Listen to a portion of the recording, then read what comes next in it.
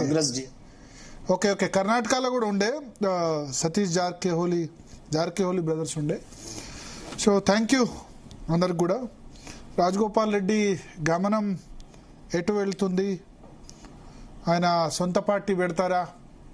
ఆయన అయితే మంత్రి పదవి కాదు, ఇక డైరెక్ట్గా ముఖ్యమంత్రి పదవి అని అంటున్నారు. కానీ తెలంగాణ ఉద్యమంలో మాత్రం చాలా గట్టిగా ఫైట్ చేశారు.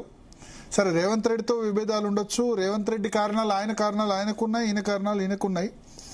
బట్ గట్టి లీడరే, నల్గొండ జిల్లా మొత్తం ఇన్ఫ్లుయెన్స్ చేయగల లీడర్. బీఆర్ఎస్కు అధికారంలోకి వచ్చిన సంవత్సరంలోనే జలకిచ్చారు. నల్గొండ ఎమ్మెల్సీగా గెలిచి అధికార పార్టీని ఎమ్మెల్సీ ఎన్నికల్లో ఓడించింది రాజగోపాల్ రెడ్డి ఒక్కళ్ళే. అప్పుడు ఆ 10 సంవత్సరాల్లో లోకల్ బాడీ ఎలక్షన్స్లో ఓడించింది Rajagopal Reddy. That shows his strong hold in Nalgonda district.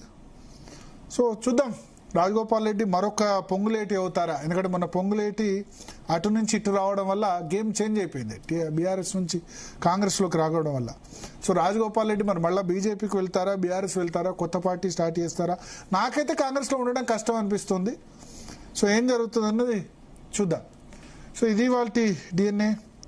మరి కాసేపట్లో జగదీష్ రెడ్డితో నిన్న మనం కృష్ణా జలాలకు సంబంధించి ఒక ఫుల్ స్కేల్ ఇంటర్వ్యూ చేసాం. బ్రేక్ తర్వాత అది టెలికాస్ట్ అవుతుంది.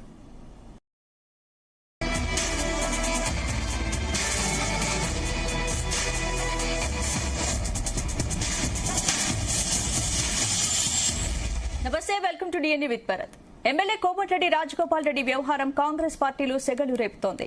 సర్కార్కే సవాల్ విసిరేలా వరుసగా ఆయన చేస్తున్న